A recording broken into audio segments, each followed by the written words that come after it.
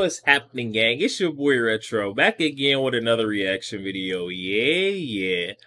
Oh my gosh, things are getting heated up in New York, guys, for Attorney General Leticia James, guys, with Trump now aiming to take her to the Supreme Court. We know we had recently seen her, caught up in some mess with Fani Willis, saying that they were in connection, in coordination with the Biden administration, Biden's White House. We had her on a visitor logs for the White House, guys. Leticia James visiting with Kamala Harris on the front line during and before her case had started, guys, with Trump.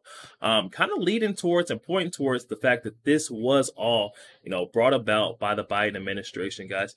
Excited to check out what's going on here. Now we got Trump trying to take her up to the Supreme Court. It was a matter of time before this was brought up to the Supreme Court. This bogus civil fraud lawsuit up in New York. We all know this was a charade case. More, efforts to tie up Trump's, resources for his 2024 campaigning efforts. It's not going to work. Now he's taking her up to the Supreme Court. Excited to check out what's going on here, guys. So we're going to get straight into the clip, and I'll get my thoughts on the back end, guys. So definitely stick around to the end so you guys get my thoughts on the back end. Also, YouTube pushes this video out. Definitely watch till the end, guys. But let's get straight into it.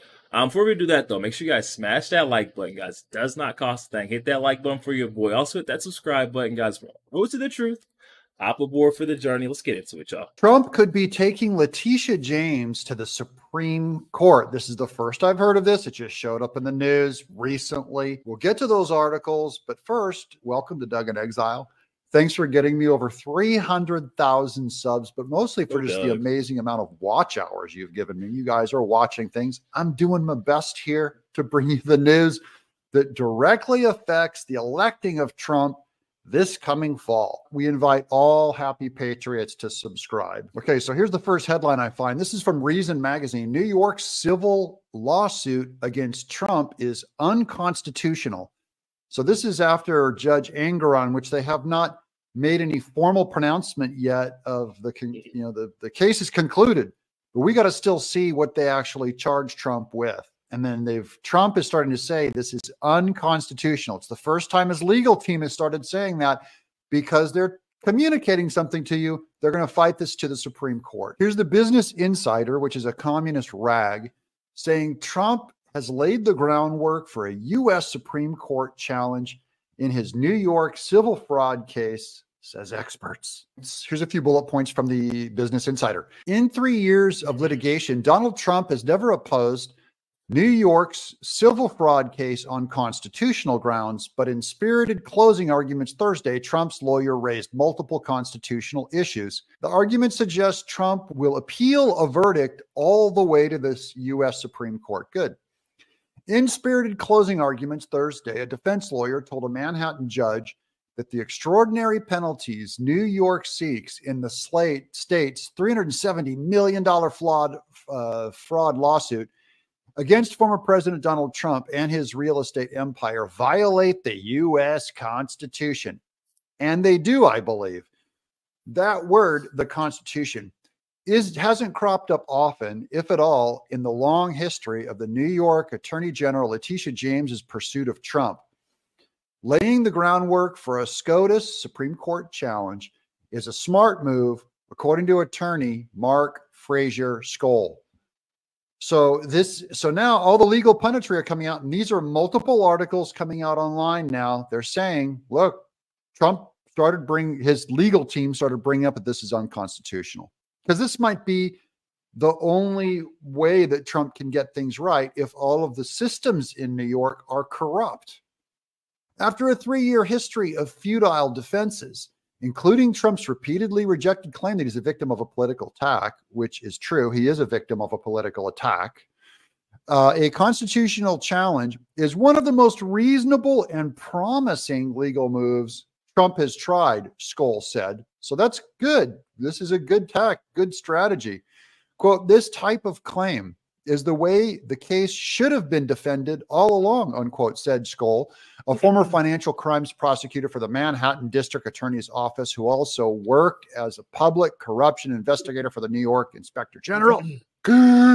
Instead, his lawyers must challenge the constitutionality of executive law. That's 6312. The 2-paragraph New York statute that has empowered Leticia James, over the course of 6 years to develop a fraud case against Trump and bring it to trial. This law lets a judge shut down a business and banish its executives from the state if an attorney general proves persistent fraud and criminality, as James has alleged of Trump. So this is they're saying that whole system that allowed Leticia James to bring this case in the first place and exact those penalties, a fine and kicking him out of the state, that those are unconstitutional. That's what this is going to be about. But it also, if you think about it, helps all New York businesses from having this done to them by a political hack. On their way to the U.S. Supreme Court, Trump's lawyers would first need to exhaust their New York State appellate options. That's going to all the appeals courts offered within New York. If the state's highest court, the Court of Appeals, ultimately upholds Executive Law 6312 as constitutional, at least as it applies to Trump, the defense can ask the U.S. Supreme Court to hear the case, and that will be the best grounds, just to say, look, this whole thing was unconstitutional. To remove the political influence in that law system, Trump has to be the point man, and he has to take all of the flack and bullets for all of us to straighten it out. Yo, there we have it, guys. Coming from our friend Doug and X. I'll definitely gonna be sure to leave that original video link down in the description box below for those of you who want to go over there and check that out. Also, you guys to go over there and show our friend Doug some love. Just when Attorney General Leticia James up in New York thought things were wrapping up, guys, Trump is going to get things started again. He can't settle for this verdict, this ruling that, was predetermined by Attorney General Leticia James and that New York judge, Arthur Ingram. That was a very corrupt, very rogue of them. The way they predetermined already had a judgment for, Trump upon walking into that courtroom, guys. He was already found guilty. You can't do that. That's not how the court of law works, guys. Now we've got Trump rightfully seeking, to get an appeal for their ruling. I don't know if we got an official verdict for what the sentence will be for, Donald Trump in New York. I know it was something over $370 million in, fines. They were trying to dissolve his businesses.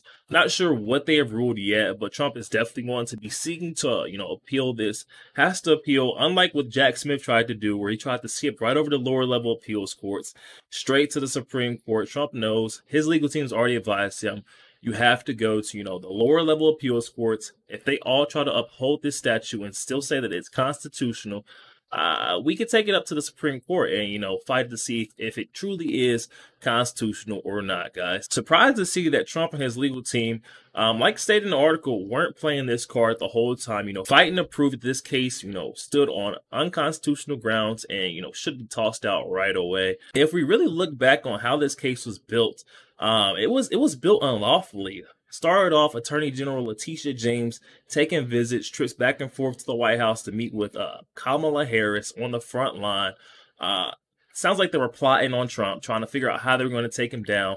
There was already motive, already bias, and installed in Leticia James just by her campaign. Her slogan, her motto was, "We're going to take Trump down if you guys get me elected, get me appointed in as Attorney General." Then to take things a step further, we've got Arthur Ingram, the New York judge, and then we've got Leticia James predetermining, prejudging, Donald Trump, saying that he's already guilty before he stepped into the courtroom, guys.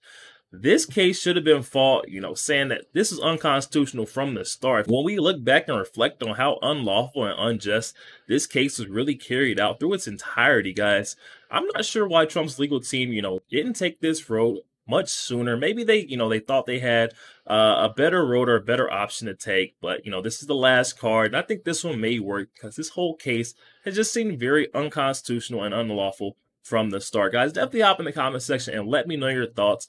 You think this case makes it up to the Supreme Court? And if so, what do you think they're going to rule, guys? Do you think they're ruling in Trump's favor? Do you think they're ruling in favor of Attorney General Leticia James? Guys, definitely hop in the comment section and let me know your thoughts. Also, make sure you guys smash that like button, guys. It does not cost a thing.